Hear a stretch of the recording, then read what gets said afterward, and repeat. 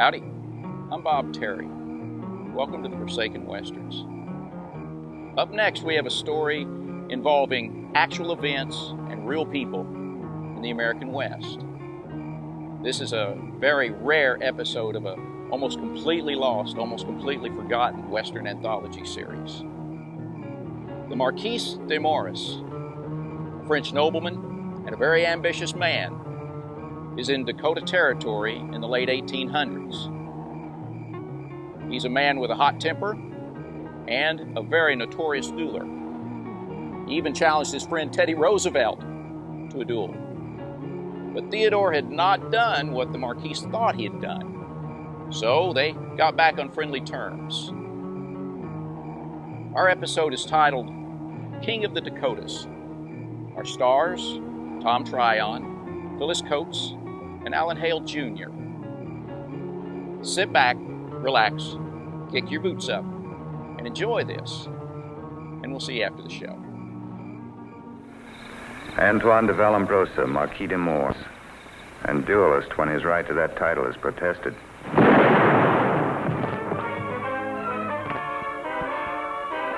deadly shot. Financial wizard, but duelist when the manner of his dealings is questioned.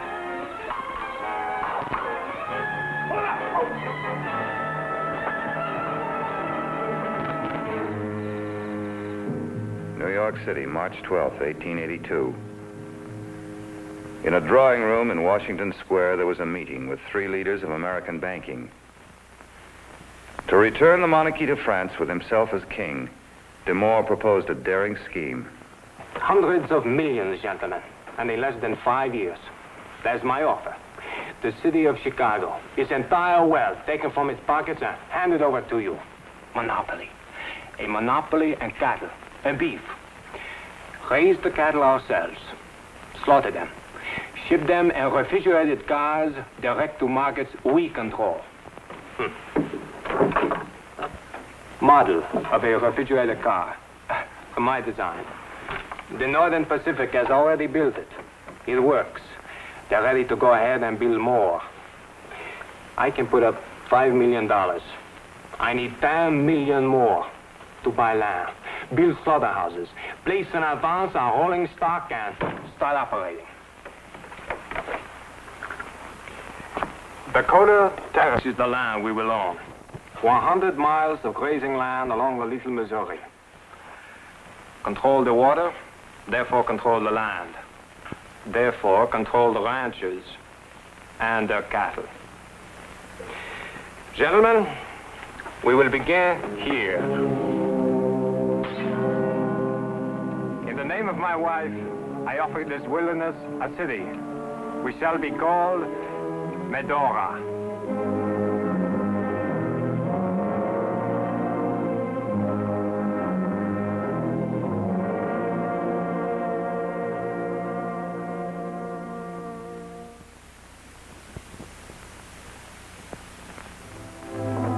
In the 6 months after the wine bubbled around a golden spike, de Moore built for Medora a chateau of 28 rooms. And I have 2 letters. First one dated September 2nd, 1882. Wall Street, New York. Would you be interested in additional capital in return for a holding share? Dated September 4, a letter from Cagle in Chicago. Says the Chicago Packers are screaming blue murder. You and your meat prices are crowding them right out of the market. Whoever heard of freezing steers instead of freighting them to Chicago and the Hoover? They're not very happy. Something else. Huh? I saw Fred Graham this morning. And what did Mr. Graham have to say? He told me to tell you to stick your head in a bucket. He says that he has the last strip of land for 100 miles along the river, and he knows it.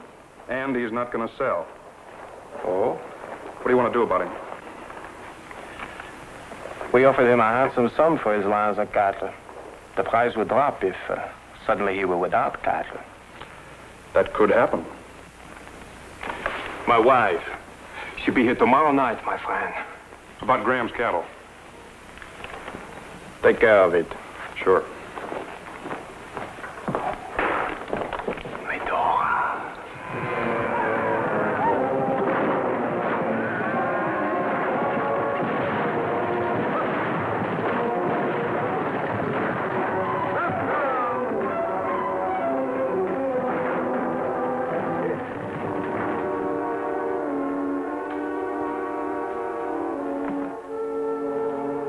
figuring, Fred? My cattle was stampeded. I'd sure be figuring a thing or two. It's shameful it had to happen to you, Mr. Graham. You know why it happened, Tom? Fred's in the Frenchman's way. And you know why else? The whole place is crawling with Demore, and people just like him. I got my craw full of them. But the Moore built this town. We never had that before. And a railroad that keeps pouring in more and more people. It's progress. Progress, Hank. Progress? What that train brings in? Four-eyed flap-the-doodles eating high on the hog and wearing derby hats while they're doing it? I tell you, there's something about a derby hat that sets feelings loose in me I never knew I had before. They just...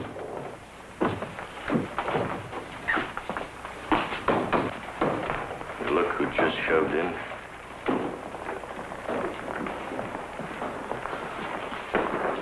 Good evening, sir. May I offer you a glass of champagne? Champagne. Champagne. Come, all of you. I bid you taste the wine of France, because my wife is coming to me and will grace our city. The playful wine, the whispering liquid. Drink it, and all voices become as a whisper. All sounds the faint echo of a woman's laughter. Anticipation, nostalgia, a memory of delight. This is the wine of France, Medora's wine. You'll have a drink with us, won't you, sir? With you? My wife is on that train.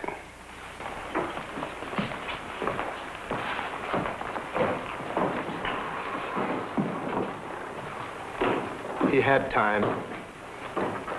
He didn't want to drink with us. Frenchman's the one, ain't he? Slop. Train's pulling in. I'm going over to the station to hunt me a few derby hats just to let them know they're in the Dakotas.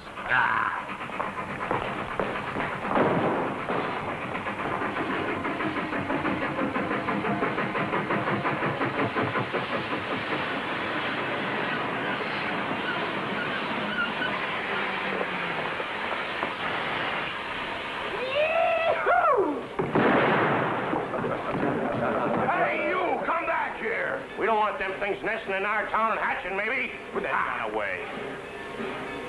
Yee-hoo! Another one! Medora. A woman? Medora. Are you all right? Of course. Is this the usual Dakota welcome? Forgive me. For this? No. Because I've forgotten the precise texture of your beauty.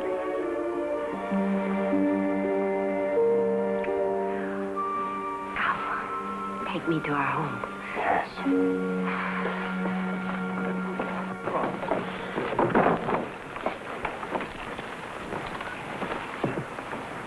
My name's Fred Graham. Last night your men stampeded my cattle. Lost 200 head. That leaves us something to settle. You're in Madame's way.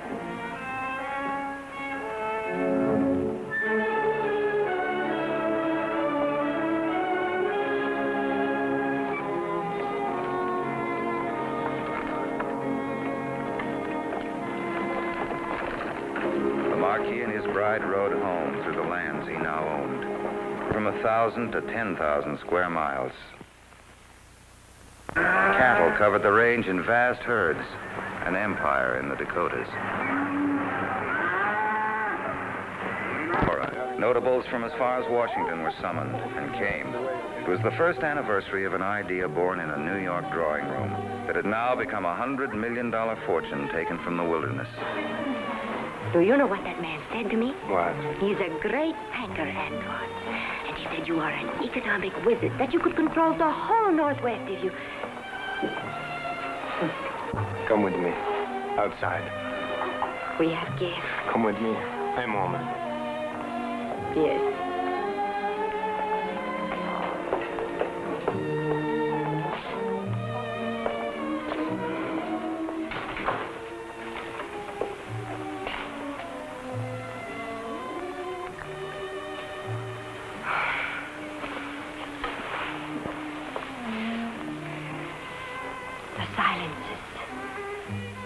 great silences of it. Yes. And yet, a savagery. This land, like you. So much like you. My love.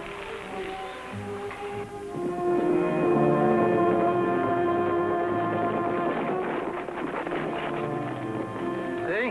Like I said, string and wire across cattle range. How do I get my cattle to water now? The Frenchman's closing off the land. Big do-over at his place tonight. He needs talking to tonight. You coming? Come on.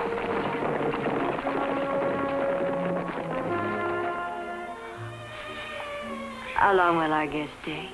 Too long. A pity. Tragique. Antoine. Your partners, your power, your ambition. To these two are you wed? Tragique.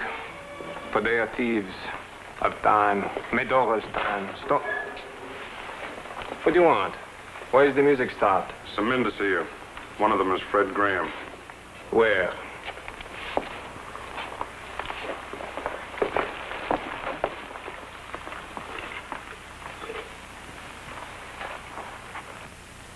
Yes, Your men are stringing wire across cattle range. because I ordered them to. Give another order to stop it. I fence it or don't fence it, as I please. You tear that wire down or we do. It is my property. The law is on my side, not yours. The law of this country is range law. We live by it. You're choking us off. A man can't stand for that long. It's a nice party, Graham. Don't spoil it.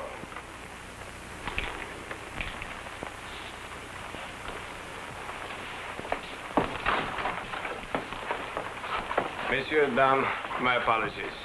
Medora.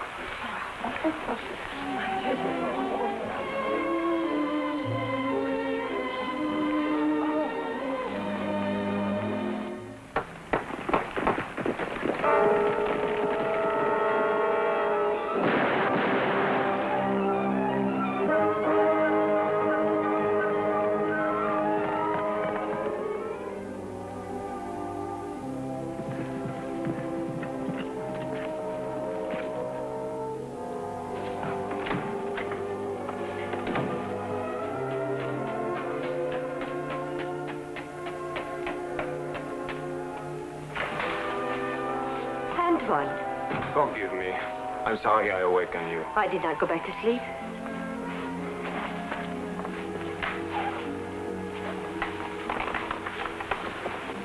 What is it? Nothing. It does not concern you.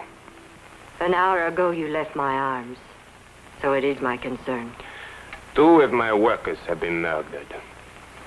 Why? Simple men have made a move against me.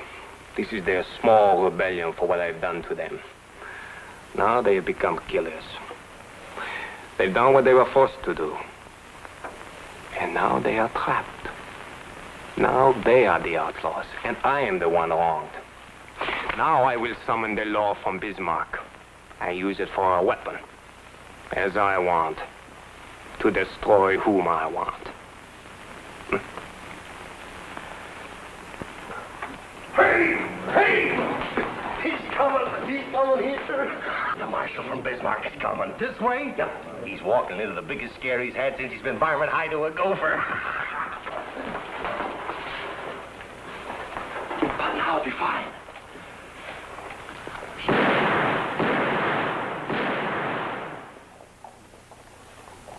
How often do people get shot here? Just once, Sonny.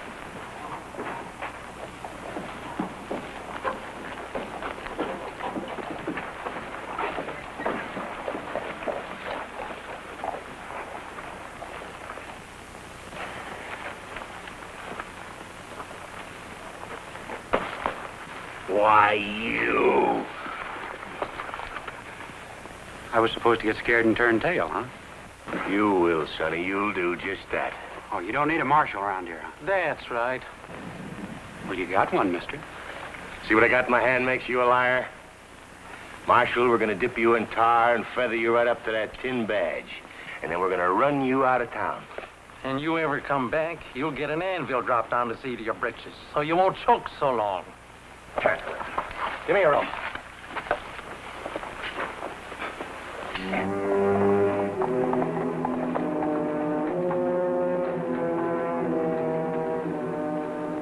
Monsieur, the badge you're wearing indicates you are the Marshal. Welcome to Medora. We tried to meet the train, but it seems that I was incorrectly informed as to the time of its arrival. By me. So if you'll join me, my place is not far.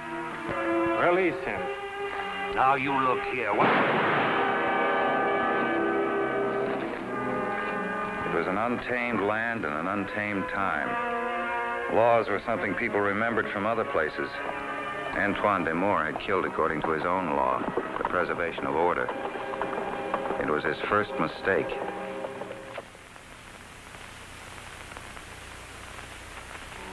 In August 1884, the Marquis de Moore was charged with first-degree murder for the shooting on the outskirts of the city of Medora. His defense? Protection of a federal marshal in the face of violence. The Honorable George Best, circuit judge, was sent from the capital in Bismarck. At the end of the first day of hearings, a jury was impaneled from the townspeople, storekeepers, wranglers, a barber, salesman passing through, and a barkeeper, suspending all town's business while court was in session. The judge instructed them in the dignity of the law, forbade them to discuss the trial outside the courtroom. By rights, you ought to be locked up someplace for the night. But the hotel's full, and so is the jail. I want you to keep off the streets and keep out of the saloons. Don't discuss this with anyone. Now, that's the law, and that's what I'm telling you to do. Court's adjourned. Cross the street, Matty, buy you a drink. You know your trouble? Your head's empty as a pea pod's been shucked 3 days before. Now, if I was a juryman like you instead of a witness like me, I'd be trying to get a friend of mine a job as hangman. It's a citizen thing to do to hang that Frenchman. I ain't discussing. He ain't discussing. What's the matter with you? I'm discussing. Well, you're a juryman, Nemo, like the rest of us. Judge says you're not supposed to. Ain't no man alive can tell me what I can say or what I can't say. And I'm saying the Frenchman did for me what no other man did. Yes. I'm announcing right here and now that I'm running for mayor of this town, Medora, if and when there's election. My qualifications, I announce, is forming a citizen. Understand? I'm just thinking out loud. Now, that Frenchman's a coward, and he shot a friend of mine. He's gonna hang, gents. And there ain't no point in discussing it. Well, anyway.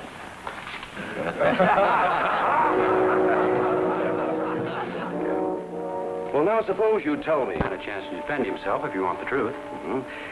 Do you believe he saved you? Then he was protecting you. Then he had a right to draw a gun. Now, wait a minute. Drawing's one thing, what he did's another. I'm a marshal, and I say no outsider's got a right to shoot down a man without giving him warning. Not that I was a Buford feller in physique, but he stood up against a Frenchman. That was more than most of us had the guff to do. And I could see he was running around inside himself, sword in his shoat with a cut snout. And, Judge, there ain't nothing sorer than that.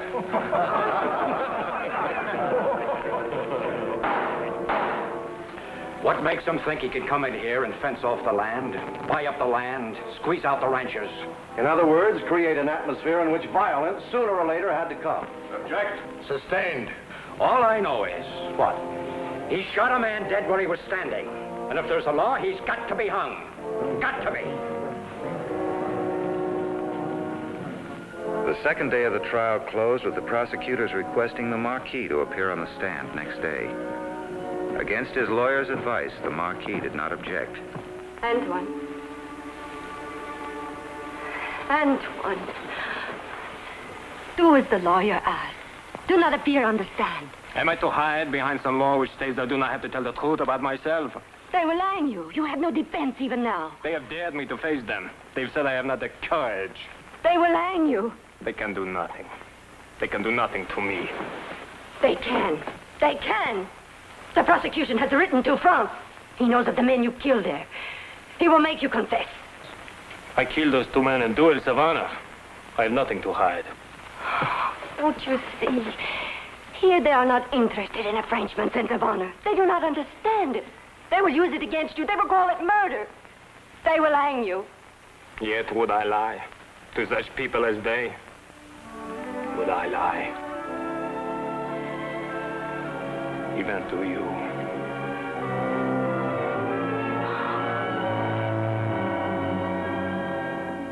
From range to table.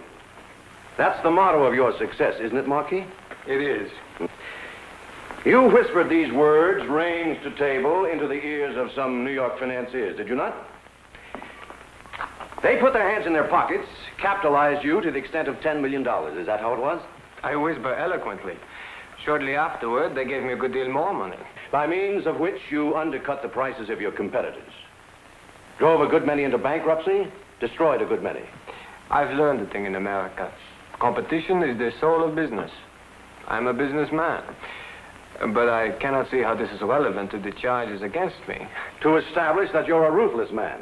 A man capable of cold-blooded murder. Also, I have learned that you have sent large sums of money to France. It has been rumored that this money is to be used to try to corrupt their armies. Is this true? You're under oath, Marquis. Then, yes, that is the purpose of the money. To start a revolution. One day, sir, I expect to return to France and re-establish the monarchy. I intend to be king. Then you have a divine right to the French throne, you believe. With 500 years of royal ancestry to assure me that right. But not the right to be an emperor here, sir. Not a tyrant, not a despot, not in the Dakotas. The Dakotas exist because of me. Slaughterhouse emperor. Who on the streets of Medora dares to shoot a man down in cold blood? Was this by divine right, too? And the 2 men you killed in France? Divine right? Duels of honor, and I fought them with honor. According to a code older than any you have here in the Dakotas. Yes, I killed them. I say it with pride. I killed them as I would kill any man who calls me coward. Any man, sir. Even you.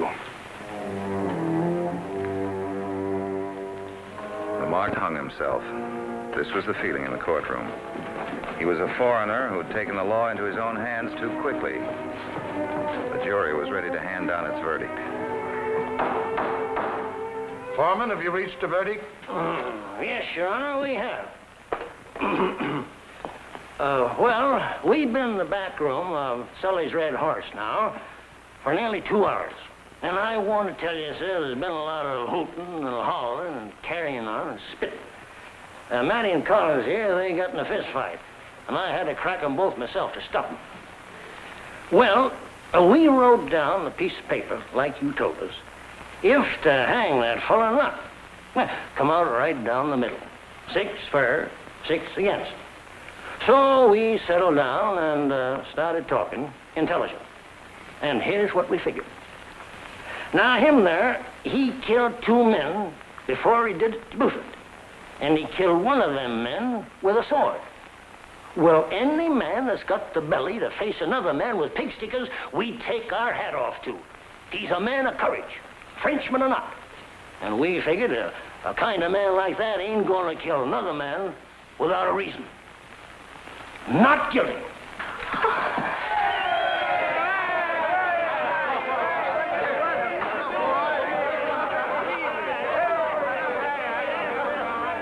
Exonerated. For a reason that made no legal sense at all. But it was a lusty time, and reason was years away. A French nobleman had come to the wilderness to build a dream, and the wilderness had never seen anything like him.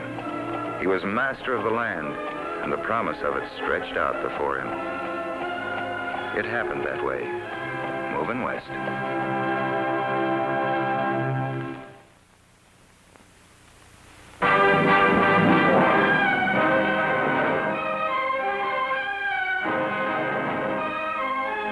On Frontier, names of persons and places are sometimes changed. The facts remain. Tonight's story was such a story. Be with us next week for the second part of King of the Dakotas.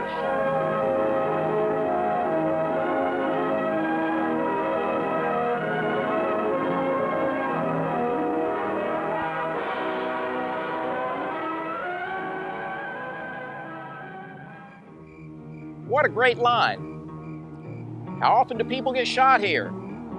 Only once, Sonny. Only once. What great character actors to support the rest of the cast. Dabbs Greer, Raymond Bailey, and Dennis Moore. Somewhere out there, there's episode 2 of this. Or perhaps not. It may have deteriorated and be lost forever. Well, the Marquis shouldn't have gotten acquitted like he did if the killing actually took place the way this episode portrays it. But he seems to have gotten acquitted for things like this several times. Well, businessmen back east found a way to squeeze him out of business, and his cattle ranch went broke. So he went back to France. And he got very involved in aggressive politics. Eventually, his opponents tricked, trapped, and murdered him in Algeria in 1896. But being the fearless fighting man that he was, he took several of his assailants with him to the grave. Thank you for joining us for the Forsaken Westerns. We hope you'll join us again here next time. My name's Bob Terry. Have a great day.